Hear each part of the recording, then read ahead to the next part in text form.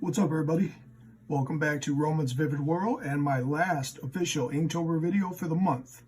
This was my first time doing it, and I'm glad I did because I learned so much, and I'm thankful for everyone that subscribed and followed along.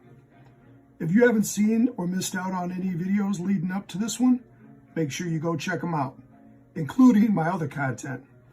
I've kept a sketchbook diary as well as all my original work for the past year on here, so there's plenty to see.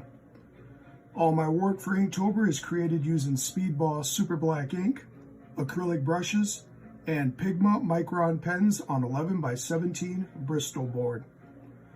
Alright, it was pretty obvious what painting I was going to do to close out Inktober, and if you guessed 1978's Halloween, you were right. This is the classic independent slasher film that created an entire genre, written by John Carpenter and Deborah Hill, directed by Carpenter, and it has one of the most recognizable and memorable musical scores in cinema history, which was also composed by John Carpenter, who was quoted as saying, "I only had 3 days to do the music to Halloween." Now, I can't believe I'm saying this, but yes, there will be spoilers because I know there's people out there who haven't seen it yet. And if you haven't, then you're lucky to be able to experience this for the first time. And while it's dated by today's standards, it still holds up as one of the best horror movies of all time. The plot of the story is this.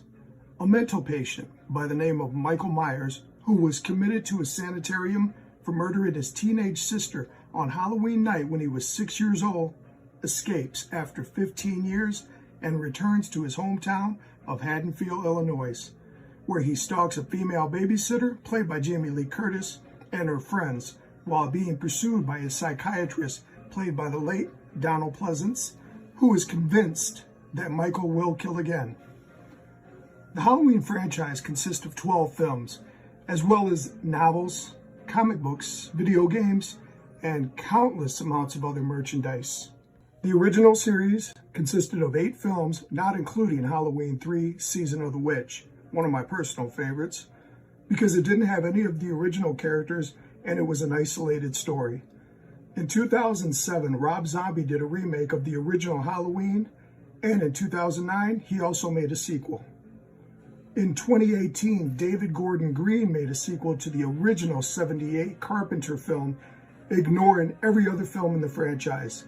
He released the second just this month, and plans to conclude his trilogy next October in 2022 with the title, Halloween Ends. This is the second John Carpenter film I've done for Inktober, with the other being 1982's The Thing.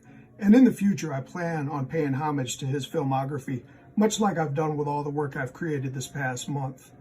I'll still continue doing my original work, along with adding some step-by-step and how-to videos detailing my creative process. Now, a little bit about the character Michael Myers. Much like the Elm Street and Friday the 13th franchises, which came after Halloween, Michael was the primary antagonist, aside from Halloween 3, which I told you about earlier.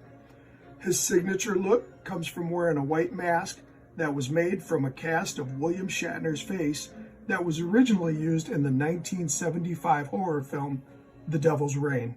He's characterized in the film and by filmmakers who've developed the character over the years as pure evil.